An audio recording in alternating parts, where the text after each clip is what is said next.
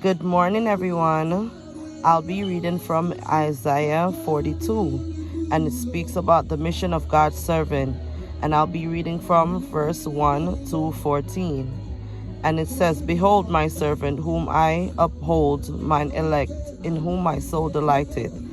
I have put my spirit upon him. He shall bring forth judgment to the Gentiles. He shall not cry, nor lift up, nor cause his voice to be heard in the streets. A bruised reed shall he not break, and the smoking flax shall he not quench. He shall bring forth judgment unto truth. He shall not fail, nor be discouraged, till he have set judgment in the earth. And the owl shall wait for his law. Thus saith God the Lord.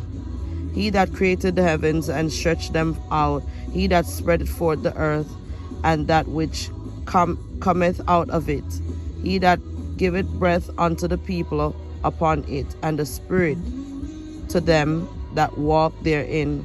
I, the Lord, have called thee in righteousness, and will hold thee thy hand, and will keep thee, and give thee for a covenant of the people, for a light of the Gentiles, to open the blind eyes, to bring out the prisoners from the prison, and them that sit in darkness out of the prison's house.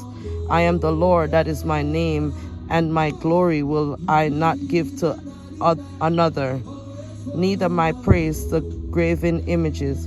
Behold, for the former things are come to pass, and new things do I declare. Before they spring forth, I tell you of them. Song of praise to the Lord. And then it says, Sing unto the Lord a new song, and his praise from the end of the earth. Ye that go down to the sea, and all that therein, the isles, and the inhabitants thereof. Let the wilderness and the cities thereof lift up their voice. The village that Kedar doeth inhabit. Let the inhabitants of the rock sing. Let them shout from the top of the mountains. Let them give glory unto the Lord, and declare his praise in the islands. The Lord shall go forth as a mighty man. He shall stir up jealousy like a man of war. He shall cry, yea, roar. He shall prevail against his enemies. I have long time holden my peace. I have been still and refrained myself. Now I will cry like a travailing woman. I will destroy and devour at once. This is the word of the Lord. Thanks be to God. So this morning, God is speaking about, he said, I have put my spirit upon him. The Messiah would be anointed with the Holy Spirit in order to perform his task of redemption. And it speaks about it in page 1556. And he says his followers who would continue what Jesus had begun also needed the Holy Spirit poured upon them. Only the Spirit can enable believers to minister with the necessary wisdom, revelation, and power.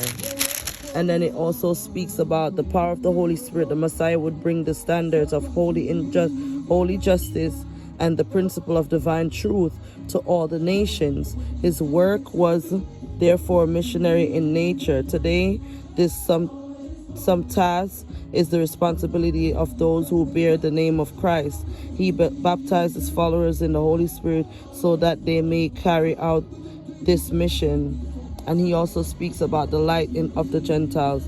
It says the Messiah mission would include bringing the covenant of salvation to the Gentiles as well as to the Jews. The new covenant would be established by his death.